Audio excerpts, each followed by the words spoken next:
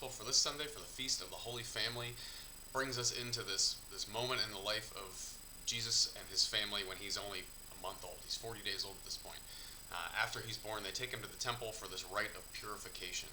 Right?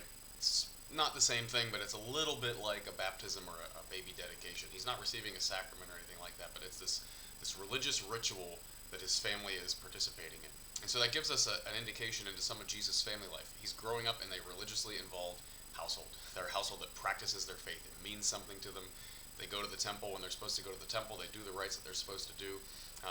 As far as we know, they enjoy doing this as well, right? Because they continue to do this. We see this happen throughout Jesus' life.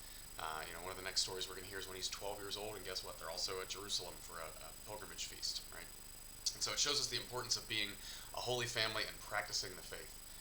This story also opens up a window into their family dynamic here because there's these two interesting characters that show up in the temple. The old man Simeon, who God said, "You're not going to die until you see the Messiah."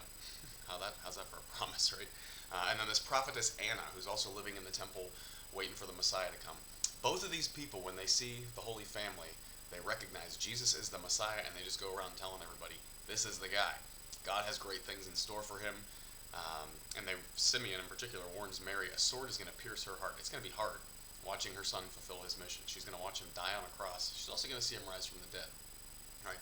But that message of Simeon and Anna, the message of God having great promises, but also the difficulty that it might be, that parents might experience watching this unfold, this is the dynamic playing out in your house as well. Right? God has plans for your kids. God has plans for each one of them. He wants to do great things to them. He wants to do great things through you, parents as well. But parents, I'm sure you know already, watching your kids grow up is a bittersweet experience. There's joy in seeing them experience new things and develop and grow into wonderful human beings and all that sort of stuff. But there's also a pain associated with that, especially when they're rejected by other people and other people don't recognize their gifts.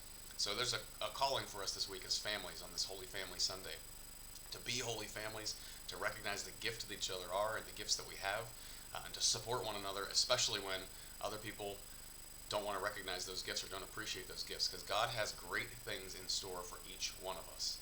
We have to be willing to accept those gifts and to live in that, and then we can experience the glory that God has in store for us.